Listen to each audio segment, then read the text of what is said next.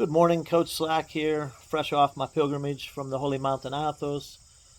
We're also journeyed to the monastery on the mainland Greece, Panagia Prosotissa. Yoranda Unikius was very hospitable to me there during their feast day celebration for a few days. And then on my journey to the holy mountain Athos, I also spent a night at Agios Velasios, St. Blaise Monastery, kind of in northeastern Greece, kind of the halfway point between Prusos near Karpanisi, where I spent a few days there, about the halfway point near Larissa, Greece, at the Agios Velasios. Very beautiful small monastery. Had very nice things there. But then made my way to the Holy Mountain Athos. I think I was there for 7 or 8, 9 days. Very thankful for my time with the fathers, always. Many great experiences, as always.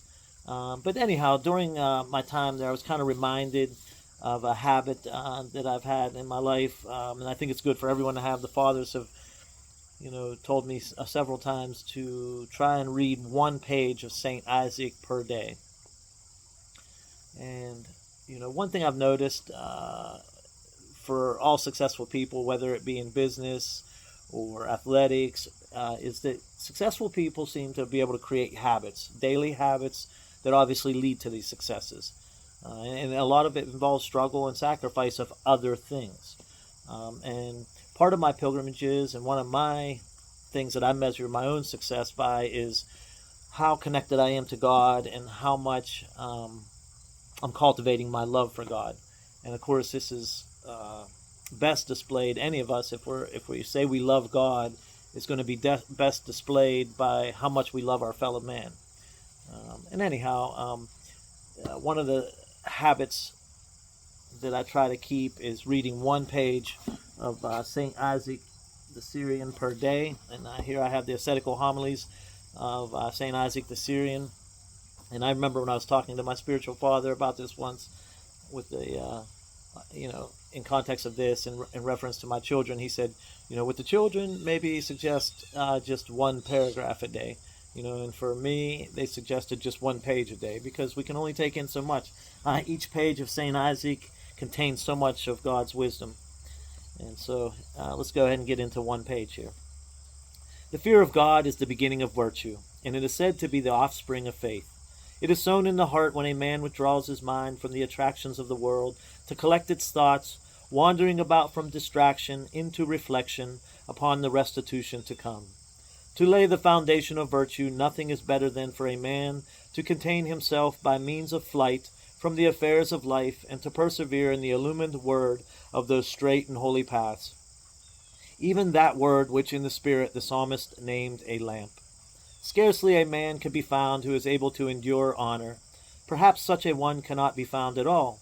This, one might say, is because of a man's sudden receptivity to change, even if he be a peer of the angels in his way of life.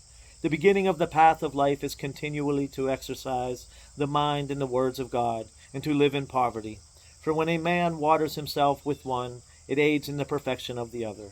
That is to say, to water yourself with the study of the words of God helps you in achieving poverty, while achieving freedom from possessions affords you the time to attain to constant study of the words of God. And the help provided by them both speedily erects the entire edifice of the virtues. No one can draw nigh to God save the man who has separated himself from the world. But I call separation not the departure of the body, but departure from the world's affairs.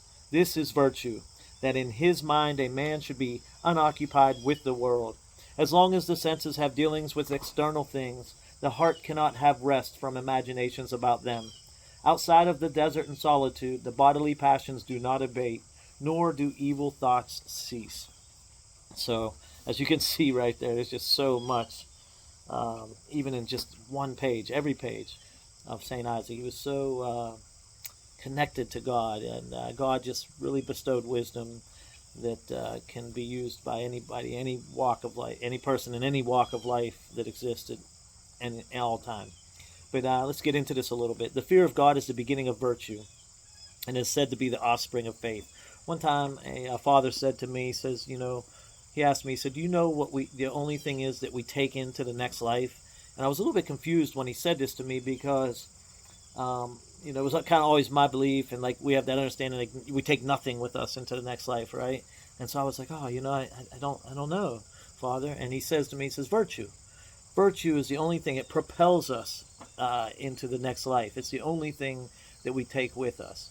And so it really struck me, and it was a part of one of the seeds of the foundation of the Wrestling with Virtue program that I started, which is a character development program alongside a wrestling program where I teach the virtues alongside wrestling techniques.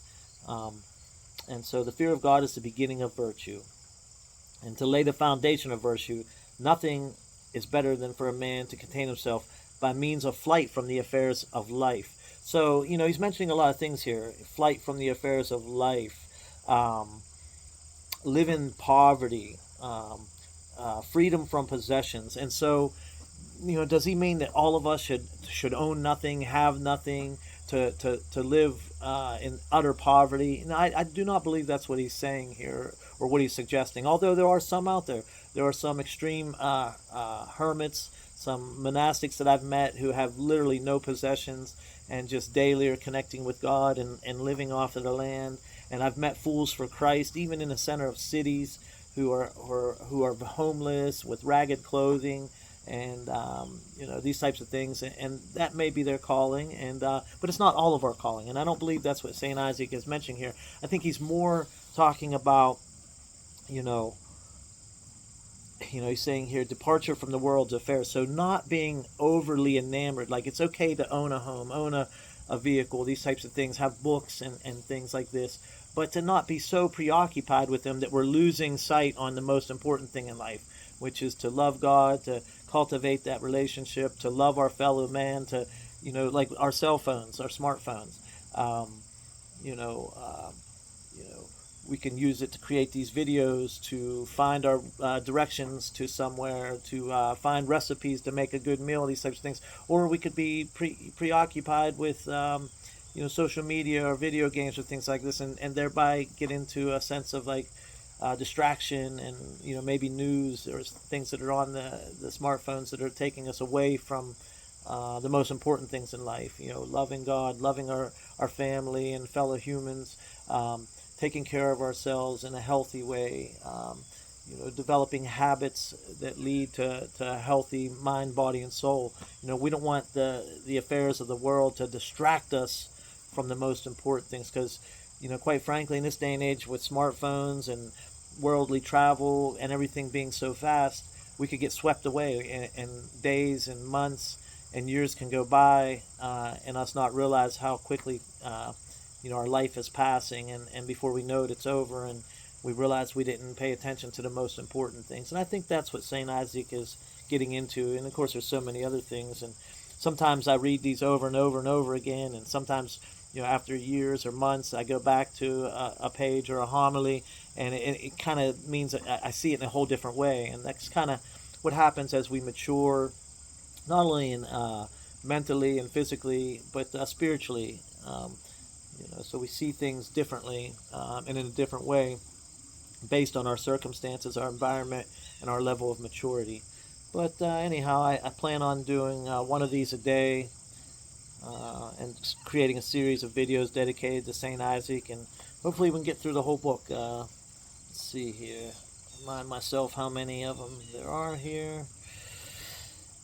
Oh, man, it looks like there's 77 homilies in this book and 538 pages, so potentially it could be 538 videos dedicated to St. Isaac. So, in the name of the Father, Son, and Holy Spirit, have a great day.